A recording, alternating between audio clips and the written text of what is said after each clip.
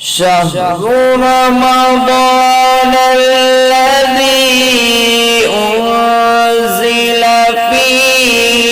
القرآن اعوذ باللہ من الشیطان الرجیم بسم اللہ الرحمن الرحیم اردو ٹی وی کے معزز دوستو السلام علیکم۔ آپ ملاحظہ فرما رہے ہیں پارہ نمبر 27 کا تفسیری خلاصہ، پارہ نمبر 27 کے اہم مضامین۔ پارے کا آغاز پارہ نمبر 26 سے شروع ہونے والی سورۃ الذاریات سے ہے، جس میں اللہ رب العزت ارشاد فرماتے ہیں قال فما خطبکم ایھا المرسلون۔ اس ابراہیم نے کہا تو کیا ہے تمہارا مقصد اے بھیجے ہوئے فرشتوں، یعنی جیسا کہ پارہ نمبر 26 کے اختتام میں حضرت ابراہیم علیہ السلام کے پاس فرشتے تشریف لائے اور بشری شکل میں، لیکن ضیافت کے وقت، کھانے کے وقت جب وہ کھانے کی طرف ہاتھ نہ بڑھا رہے تھے تو اس پر حضرت ابراہیم علیہ السلام کو حیرانی ہوئی، تو انہوں نے اس سوال کیا۔ پارہ نمبر 27 کے آغاز میں بھی یہ مضمون جاری ہے کہ جب حضرت ابراہیم علیہ السلام کے پاس آنے والے اجنبی انسان نہیں تھے بلکہ بشری شکل میں فرشتے تھے، تو ابراہیم علیہ السلام نے ان سے پوچھا کہ آپ کا مشن کیا ہے؟ انہوں نے کہا کہ ہم مجرموں کی ایک قوم کی طرف بھیجے گئے ہیں تاکہ ان پر مٹی کے پکے ہوئے پتھر برسائیں جو آپ کے رب کے نزدیک حد سے تجاوز کرنے کے لیے نشان زدہ ہیں۔ اب یہاں سائنسی دنیا میں نشان زدہ سے مراد گائیڈڈ، یعنی سائنسی دنیا کے اندر گائیڈڈ میزائل کی جس تکنیک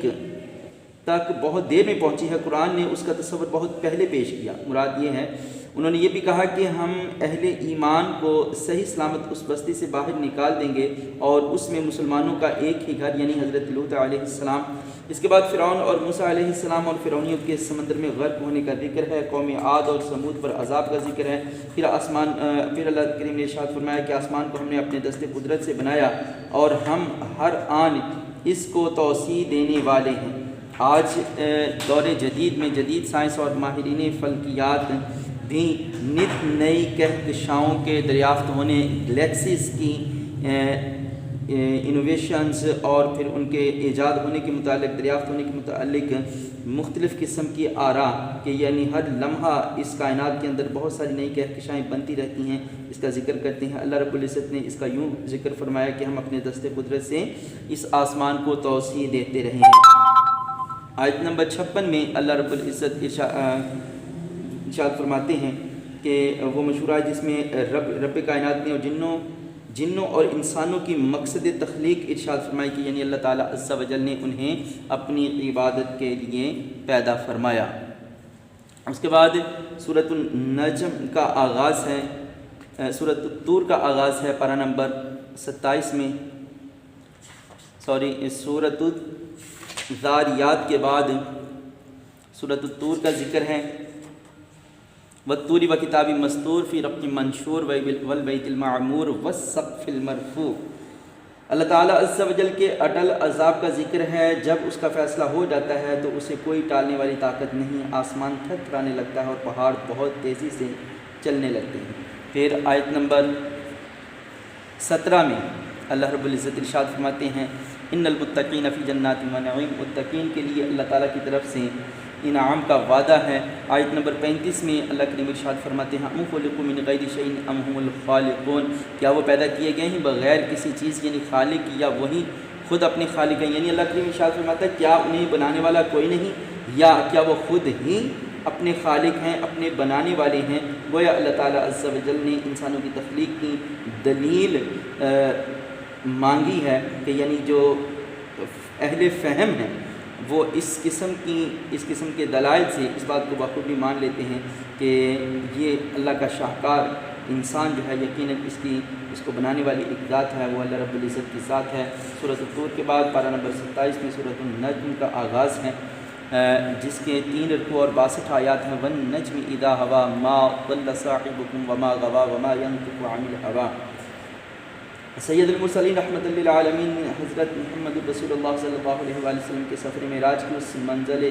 رفعت کا ذکر ہے جس میں انہیں اللہ تعالیٰ کا قرب خاص عطا ہوا اور اللہ نے اپنی مقدس بندے کی طرف جو چاہا وہی فرمائی۔ اللہ تعالیٰ نے اپنے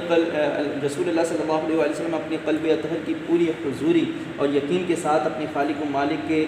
جلووں کو دیکھتے رہے تو اللہ تعالیٰ نے شک میں مبتلا لوگوں کو فرمایا کہ کیا تم ان سے اس بات پر جھگڑ رہے ہو کہ انہوں نے دیکھا، انہوں نے تو نور نزول کے اس جلوے کو بار دیگر یعنی بار بار دیکھا، ہاں جنت المأویٰ ہے، اور آپ صلی اللہ علیہ وسلم اپنے خالق کے جلوہ نور کو اس قدر توجہ کے ساتھ دیکھ رہے تھے کہ آپ کی نظر میں کسی قسم کی خامی نہ ہوئی۔ آیت نمبر 32 میں سورۃ النجم کی آیت نمبر 32 میں اللہ تعالیٰ عز و جل نے ارشاد فرمایا الذين يجتنبون كبائر الإثم والفواحش إلا اللامام إن ربك واسع المغفرة هو أعلم بكم إذ أنشأكم من الأرض وإذ أنتم أجنة في بطون أمهاتكم فلا تزكوا أنفسكم هو أعلم بمن اتقى۔ اللہ تعالیٰ نے فرمایا جو لوگ صغیرہ گناہوں کے سوا کبیرہ گناہوں سے بچتے رہتے ہیں انہیں بشارت دیجئے کہ بے شک آپ کا رب وسیع مغفرت فرمانے والا ہے۔ اسی مفہوم کی ایک اور آیت میں ارشاد ہے کہ نیکیاں صغیرہ گناہوں کو مٹا دیتی ہیں۔ آیت نمبر 38 میں بھی فرمایا ہے کہ کسی کے گناہ کا بوجھ کسی دوسرے پر نہیں ڈالا جائے گا۔ سورۃ النجم کے بعد پارہ نمبر 27 میں آغاز ہے سورۃ القمر کا، 3 رکوع اور 55 آیات پر مشتمل ہے یہ سورۃ۔ اقتربت الساعۃ وانشق القمر، اللہ کریم ارشاد فرماتا ہے کہ قیامت قریب آ گئی ہے اور چاند 2 ٹکڑے ہو گیا، اور کافر اگر کوئی نشانی دیکھتے ہیں تو رخ پھیر لیتے ہیں اور کہتے ہیں یہ تو جادو جو پہلے سے چلا آ رہا ہے۔ شق القمر کا واقعہ تقریباً 8 سنہ نبوی میں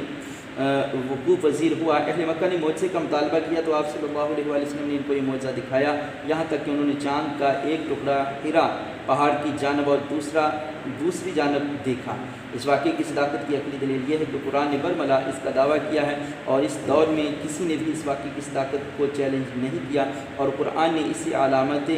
قیامت میں سے قرار دیا۔ اسی سورہ مبارکہ میں اللہ تعالیٰ نے 4 مرتبہ تکرار کے ساتھ ارشاد فرمایا کہ قرآن کو نصیحت حاصل کرنے کے لیے آسان کر دیا ہے، تو ہے کوئی نصیحت قبول کرنے والا۔ سورۃ القمر کے بعد پارہ نمبر 27 میں سورۃ الرحمن کا آغاز ہے۔ سورۃ الرحمن اللہ تعالیٰ عز و جل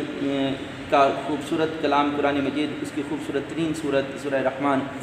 جس کے 3 رکوع اور 78 آیات ہیں۔ اللہ تعالیٰ عز و جل نے اپنے رسول مکرم صلی اللہ علیہ وسلم کو قرآن کی تعلیم دی، اس مضمون سے اس کا آغاز ہے، اور پھر اللہ تعالیٰ عز و جل پوری سورہ مبارکہ میں اپنے بے شمار مظاہر قدرت اور اپنی خوبصورت بنائی گئی تخلیقات کا ذکر ارشاد فرما کے اہل ایمان سے تقاضا فرماتا ہے کہ فَبِأَيِّ آلَاءِ رَبِّكُمَا تُكَذِّبَانِ، تم اپنے رب کی کون سی نعمتوں کو جھٹلاؤ گے کہ وہ خدائے وحدہ لا شریک ایسے اس قدر کمال خوبی کا حامل ہے کہ اس نے اپنے حکم سے اپنے فضل سے صرف لفظ کن ارشاد فرما کے اس قدر وی شان چیزیں تخلیق فرما دیں، تو اس میں اہل ایمان کے لیے نشانیاں ہیں، اور اللہ کریم ان سے بار بار تقاضا فرماتا ہے کہ اپنے رب کی کون سی نعمتوں کو جھٹلاؤ گے، تو اس رب قدیر نے تمہیں بے شمار نعمتوں سے نواز دیا، اس رب قدیر نے بلا معاوضہ، اس رب قدیر نے بلا